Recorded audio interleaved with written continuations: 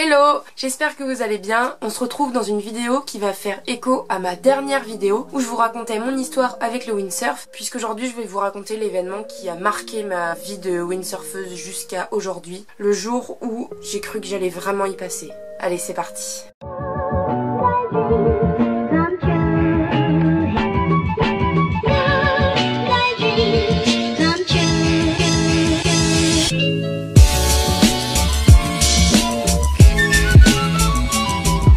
Cet événement, c'est un accident que j'ai eu en mer et aujourd'hui je vous raconte mon histoire. Donc comme je vous disais dans ma vidéo précédente, je vous racontais un peu mon histoire avec le windsurf, comment j'ai commencé, comment j'en suis arrivée jusqu'ici aujourd'hui. Je vous ai montré beaucoup de positifs, les belles choses, tout ça, mais dans mon parcours, forcément, il y a eu des embûches et un des événements qui m'a le plus marqué, c'est mon accident, qui fait à l'heure actuelle partie vraiment intégrante de mon histoire avec le windsurf et qui, je pense, s'il n'avait pas existé, j'en serais peut-être pas non plus là aujourd'hui. Ça a influencé pas mal de mes choix et ça m'a aussi beaucoup redonné la rage de vaincre. Cet accident, il a eu lieu en février 2014 dans la baie de la Baule pendant un entraînement en RSX. C'était une période où, je me rappellerai toute ma vie, on enchaînait les dépressions. Donc pour ceux qui savent pas, les dépressions c'est des basses pressions atmosphériques qui emmènent souvent en hiver des tempêtes, du mauvais temps, de la houle. Et à cette période-là, tous les 2 jours, on avait une dépression, on avait un coup de vent, ce qui emmenait de la houle, forcément du vent fort. La mer était tout le temps très agitée. Et ce week-end de février, c'était un week-end d'entraînement. Déjà le vendredi, on est parti à l'eau et on s'était déjà tous fait un peu peur. J'avais jamais vu ça de ma vie. Il y avait des vagues devant le club qui déferlaient. Même à un moment, donc on attendait, on était autour du Zodiac à discuter avec le coach. Et tout d'un coup, il y a une vague qui s'est levée et qui a déferlé et on s'est tous fait éjecter de nos planches. Et je me rappellerai toute ma vie de Clément qui se fait éjecter de sa planche et qui rebondit contre le Zodiac. Enfin bref,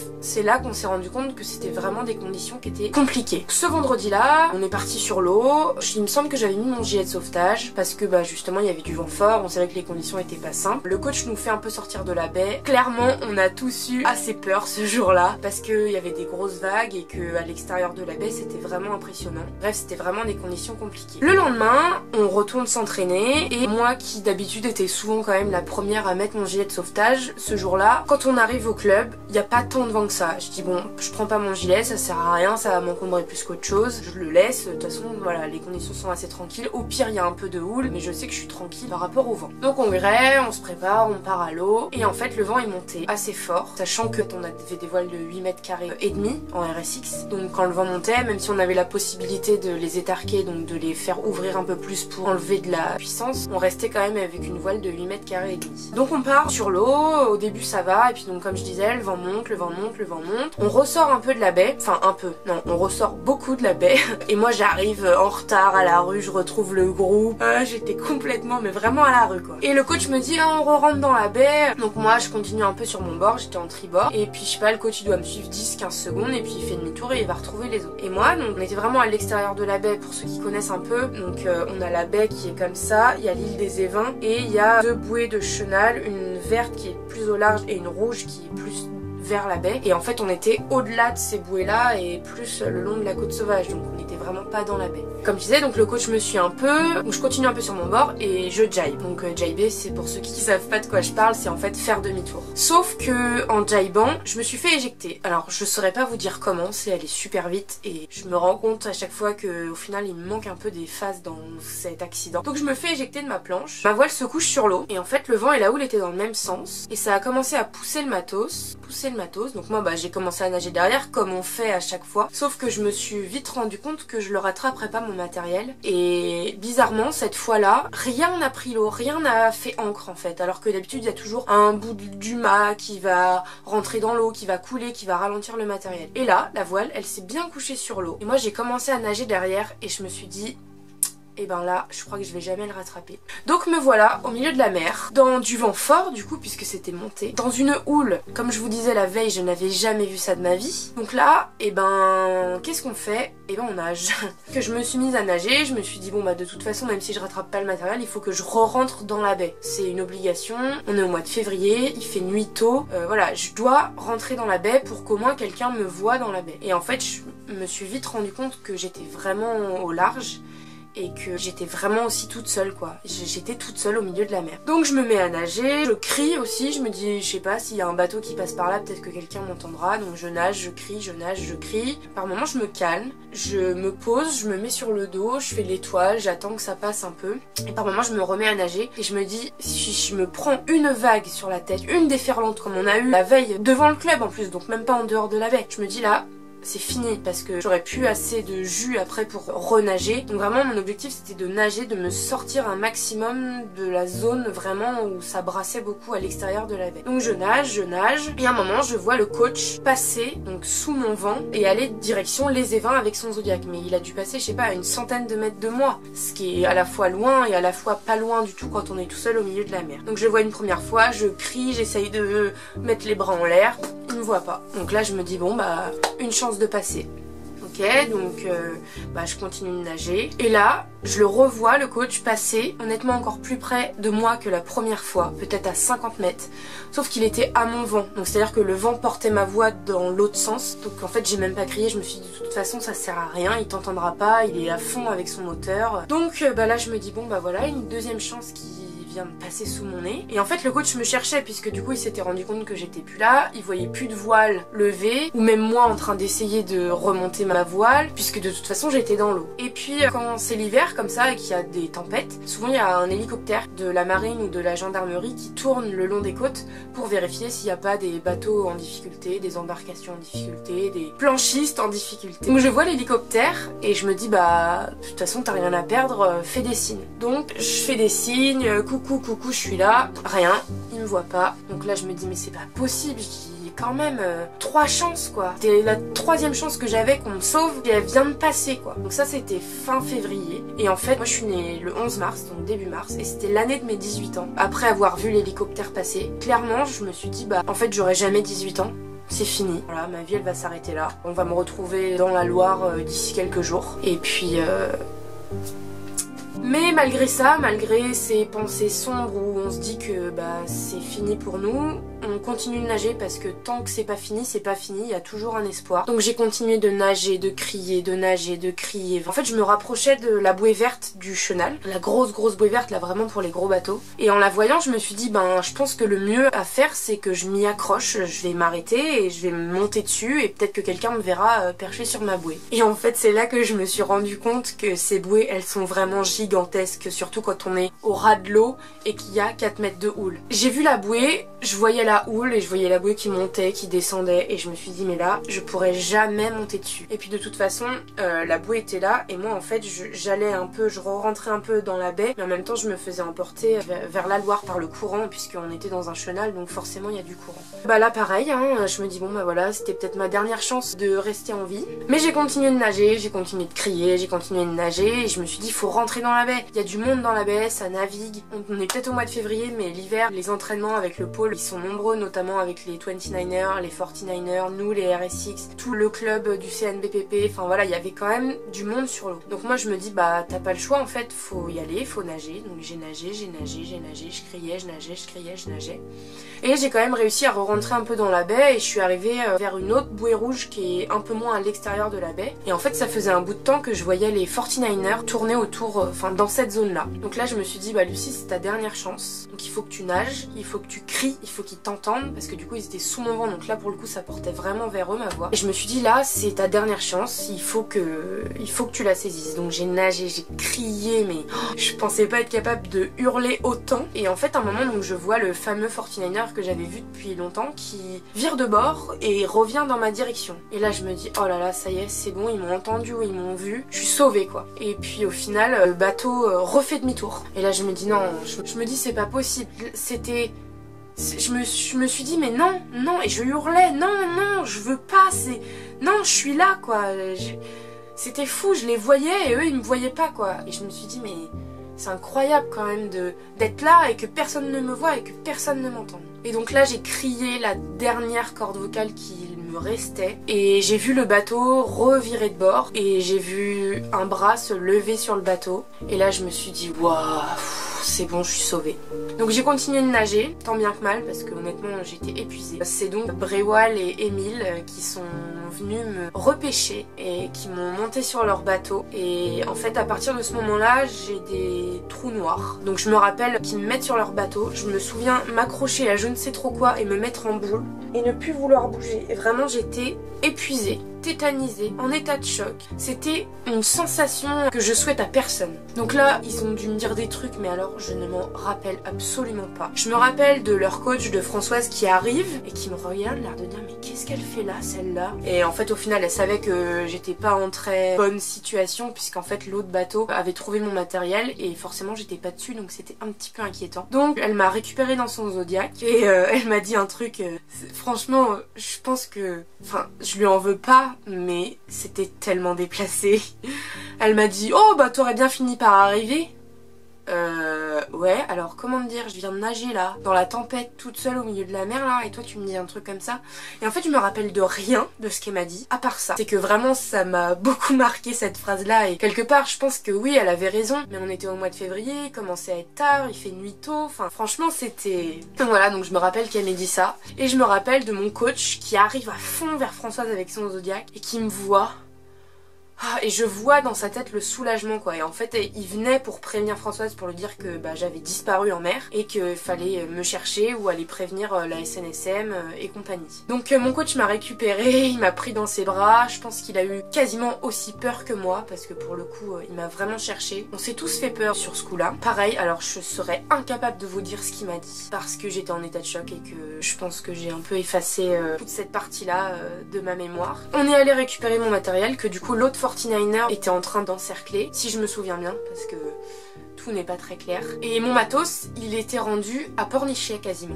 Truc de fou, et moi j'étais encore limite au Pouliguen quoi. J'étais même pas rendu au milieu de la baie. Et c'est là que je me suis rendu compte que bah en fait j'aurais jamais pu le rattraper mon matériel et qu'il a vraiment dérivé très très vite. Et que même si moi j'avais nagé à une vitesse folle, bah en fait j'aurais sûrement pas pu le rattraper quoi. Donc nous avons récupéré mon matériel et mon coach, donc Stéphane, a eu le meilleur geste qu'il pouvait faire, c'est de me faire remonter tout de suite sur ma planche. Il m'a dit Lucie, il faut que tu remontes dessus, il faut que tu rentres en planche, sinon tu y retourneras jamais. Je suis remontée dessus, je suis rentrée au club en planche. Et ça va peut-être vous paraître bizarre ce que je vais vous dire, mais ce bord dans la baie, c'est un des meilleurs souvenirs de navigation de toute ma vie. Et j'en reparlais avec un de mes coéquipiers d'entraînement de l'époque qui me disait mais moi aussi je me rappellerai toute ma vie de ça quand on t'a... Il me dit on t'a rapatrié, c'était un escadron quoi. Et en fait c'était vraiment ça, ça faisait comme la patrouille de France. Donc il y avait Clément, un autre Clément, Hugo, enfin tout ça. Et moi j'étais derrière et il y avait le coach qui était en Zodiac derrière moi, collé à moi, il m'a pas lâché d'une semelle. Ils m'ont ramené jusqu'au bord. Le coach il m'a lâché, honnêtement j'avais de l'eau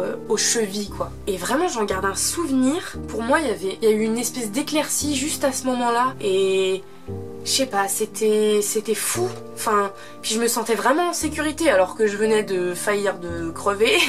Et au final, j'en garde un souvenir juste incroyable. Je mets donc pied à terre, je remonte mon matériel. Alors là, c'est pareil, j'ai un peu un trou noir. Je me rappelle de... En fait, je me rappelle même pas de comment j'ai remonté mon matos. Je me rappelle d'aller voir les gars qui m'ont repêché et de leur dire merci. Et je me rappelle de beaucoup pleurer. Et je me rappelle d'appeler ma maman et de lui dire bah je suis contente de t'entendre, tu sais. Et elle qui me dit bah pourquoi, et je lui dis non mais viens et je te raconterai, parce que c'était elle qui venait me chercher au club. Et ouais, ça a été des moments très très forts, j'ai beaucoup pleuré ce soir là et et les jours qu'on suivit aussi, ça a été très compliqué.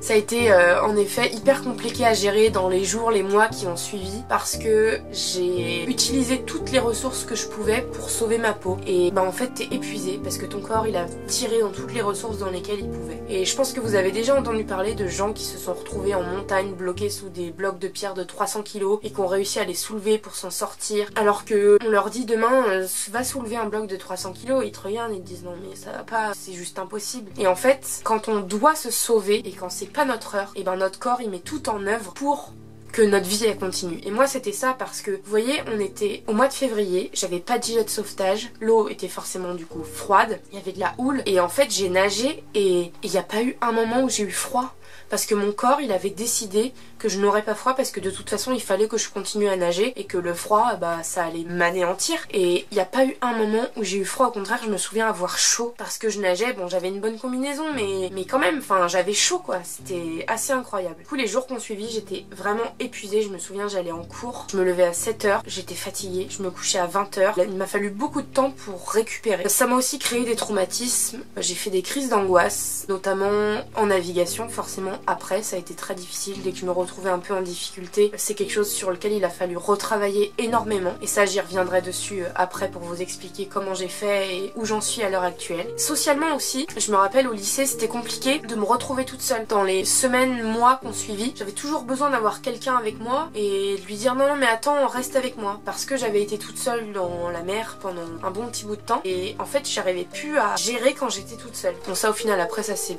recalé assez rapidement. En ce qui concerne mon retour à la navigation normale entre guillemets, je vais pas vous le cacher, ça a pris énormément de temps. C'est-à-dire que pour vraiment naviguer en toute sérénité, honnêtement je pense qu'il m'a fallu bien 3 ans pour aller dans des conditions dantesques sans avoir peur. À l'heure actuelle, je peux vous dire que aller naviguer dans 40 nœuds en 3-6 et en voile de vague ou même en slalom, ça ne me fait plus peur. Parce que j'ai travaillé, parce que j'y suis allée progressivement et petit à petit j'ai repoussé mes limites. Je vous cache pas qu'il y a eu des fois où j'ai abandonné des manches en slalom parce que ça a été trop pour moi, parce que je me sentais pas capable, parce que j'avais peur, parce que ça me créait des angoisses. Mais voilà, petit à petit en fait j'ai su repousser mes limites. Moi, il y a quelque chose qui m'a vachement aidé, c'est de porter une veste d'impact et un casque. Parce que ça sécurise. On se dit bah au moins, même si je tombe, même s'il m'arrive quelque chose, le casque déjà ça protège la tête, donc si je me prends un choc à la tête, je suis protégée. Et la veste d'impact, elle me sert aussi de veste de flottaison. Donc je me dis au moins si je tombe, s'il m'arrive quelque chose, j'ai une aide à la flottaison.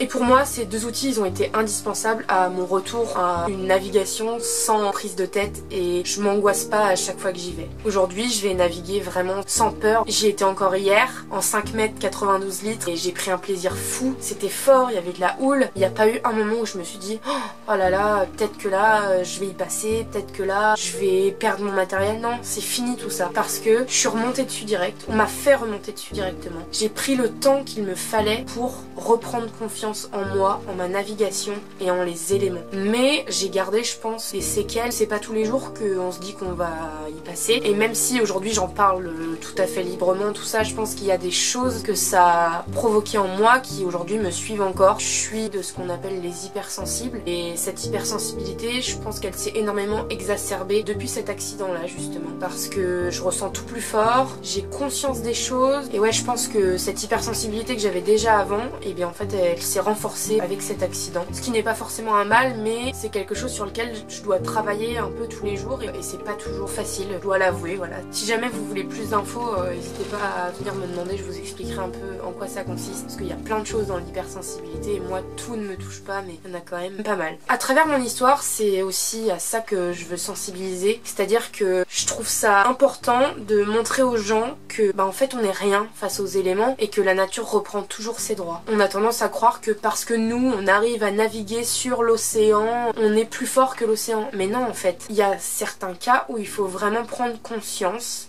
que la nature, quoi qu'il arrive, restera plus forte que nous. Et c'est aussi en ça que je veux sensibiliser, c'est-à-dire que c'est hyper important, si demain vous allez naviguer, d'essayer de pas y aller seul. Moi aujourd'hui j'ai voulu aller naviguer et en fait cet après-midi il y avait personne. J'y suis pas allée parce que oui, là pour le coup j'ai encore peur. Parce que j'ai pas envie de... C'est jamais un mât qui casse, un wish qui casse, n'importe quoi. Je me retrouve au milieu de la baie toute seule. Bah non, en fait, j'ai pas envie. C'est aussi à ça que je veux sensibiliser, c'est ne pas naviguer tout seul. Ou alors si vous y allez tout seul, prévenir des gens que vous y allez, où vous y allez, combien de temps vous comptez y aller, quel matériel vous prenez, etc. C'est essentiel. Et si les conditions sont vraiment intenses et que le vent est fort ou qu'il y a de la houle, protégez-vous. Mettez une veste d'impact, un gilet, un casque. Je dis pas ça forcément de manière systématique, mais peut-être que c'est ça qui vous sauvera en fait. Et moi, je vous avoue que le jour de mon accident, j'ai un peu regretté de pas avoir mis de gilet de sauvetage. Soyez vigilants, faites attention à vous, naviguez prudemment et ne vous croyez pas plus fort que les éléments parce qu'on ne l'est pas. Donc c'est vraiment quelque chose qui me tenait à cœur de vous raconter cette histoire parce que c'est quelque chose qui m'a marqué, c'est quelque chose qui fait intégralement partie de ce que je suis à l'heure actuelle et qui m'a aussi aidé à repousser mes limites. Depuis ce temps-là, j'avais pour objectif vraiment de renaviguer sans arrière-pensée, sans avoir peur et au final j'ai même dépassé ça. Je vous disais, à l'heure actuelle, je peux aller dans des conditions très extrêmes sans avoir peur et en me disant disant allez on y va quoi. C'était mon histoire, mon accident qui m'a forgé, et le jour où j'ai failli mourir, je peux pas employer d'autres termes parce que c'est vraiment le sentiment que j'ai eu, c'est vraiment ce que je me suis dit ce jour-là. Mais malgré tout, j'ai tout mis en œuvre et mon corps a tout mis en œuvre pour pas que ça se termine ce jour-là justement. Et en ça, depuis ça, je suis persuadée qu'il y a une petite étoile qui veille sur moi là-haut, je sais pas qui, je sais pas comment. Et je pense aussi que quand c'est pas notre heure, c'est pas notre heure, et que le jour où notre heure vient, c'est que ça devait être comme ça. Ça peut paraître un peu fataliste pour certains, mais moi je vois les choses comme ça parce que je me dis que j'aurais pu y passer ce jour-là et que ça n'a pas été le cas. Donc c'est que j'avais d'autres choses à faire et d'autres choses à construire. Et cet accident, c'est aussi ce qui fait qu'aujourd'hui, je sais à quel point la vie est précieuse et à quel point j'ai envie d'en profiter et à quel point je m'investis à fond dans toutes les opportunités que j'ai, dans tous les projets que je mène. Une vie, on n'en a qu'une, et c'est quand on a failli la perdre qu'on se rend compte à quel point c'est précieux. Donc profitez de votre vie, profitez de chaque instant, profitez de votre famille. Je vais encore sortir une phrase bateau, mais dites aux gens que vous aimez, que vous les aimez, et vivez à fond pour pas avoir de regrets. Là, la vie elle est trop belle. Je vous dis à la prochaine pour une vidéo, je pense, qui sera un petit peu plus marrante que celle-ci. Allez, ciao!